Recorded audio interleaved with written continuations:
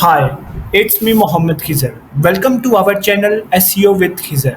अगर आप SEO के साथ न्यू हैं, अगर आप चाहते हैं कि आप सीख सकें कि गूगल के ऊपर हाईली रैंक किस तरह से करवा सकते हैं अपने बिजनेस को, Google search engine result page के ऊपर आपका जो बिजनेस है वो पहले पेज के ऊपर किस तरह से शो हो, तो ये वीडियो आपके लिए परफेक्ट प्लेस है सीखने के लिए। तो चलते हैं SEO के बारे में देखते हैं कि SEO stands for search engine optimisation. ये आपकी वेबसाइट को हेल्प करता है कि गूगल के first page search engine result page के ऊपर फर्स्ट के ऊपर आपका कोई भी बिजनेस है, फॉर एग्जांपल आपका कोई टायर का बिजनेस है, टायर की शॉप है, आपने अपनी वेबसाइट बनवाई हुई है अपनी टायर की शॉप की। फॉर एग्जांपल किसी ने क्यूरी डाली है कार टायर्स इन लाहौर, अगर आपकी वेबसाइट की एसईओ अच्छी हुई होगी तो आपकी वेबसाइट फर्स्ट पेज के ऊपर शो होने के चांसेस ज़्यादा हो जाते हैं। तो इसके बाद हमारे पास एसईओ के अंदर 3 टाइप्स आ जाती हैं: on page SEO, of page SEO, technical SEO.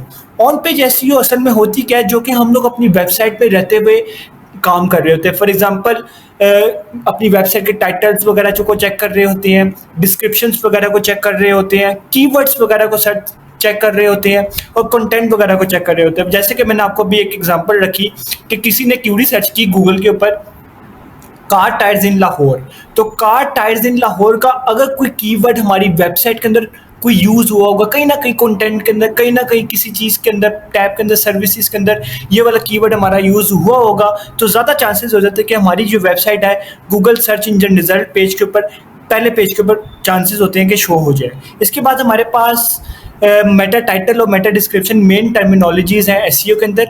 Meta title के लिए कहा जाता है कि आपका जो करैक्टर की लेंथ है वो 55 टू 60 करैक्टर्स के मिड में होनी चाहिए, इससे ज़्यादा नहीं होनी चाहिए।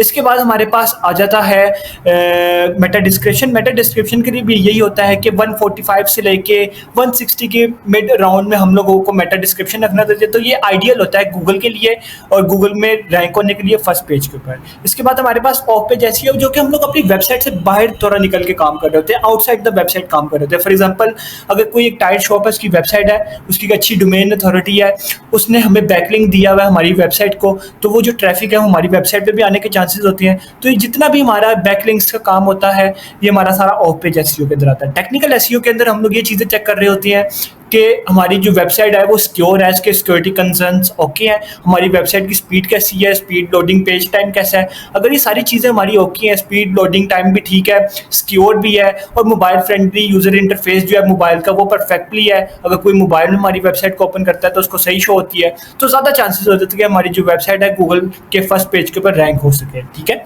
इसके बाद कोई पूछता है कि एसईओ मैटर करती है आजकल के ज़माने में 2025 के अंदर। यस यार, एसईओ मैटर करती है। एसईओ आपके 2050 के अंदर भी मैटर करेगी इंशाल्लाह। तो एसईओ हेल्प करती है कि ट्रैफिक जनरेट कर सके गूगल के ऊपर। जैसे कि फॉर एग्जांपल वही बात आ जाती है, कार टायर्स इन लाहौर किसी ने लिखा तो आपकी वेबसाइट जो है वो पहले पेज के ऊपर शो होनी चाहिए। अगर आपकी वेबसाइट की एसईओ अच्छी हुई है, उसके अंदर अच्छे कीवर्ड्स इस्तेमाल हुए हैं, कोई भी अगर आपका ब्लॉग सर्च करे, आपका ब्लॉग ऊपर टॉप पे शो हो, जैसे कि शॉप की यहाँ बात हो रही है, बिजनेस ऑनलाइन की बात हो रही है, तो वही मैंने आपको एग्जांपल रखी थी कार टायर्स की। अगर आपकी अच्छी वेबसाइट की एसईओ हुई है, अच्छे कीवर्ड इस्तेमाल हुए हैं, तो आपकी वेबसाइट टॉप रैंक के ऊपर शो होना के चांसेस बढ़ जाते हैं विदाउट पेइंग एनी एड्स।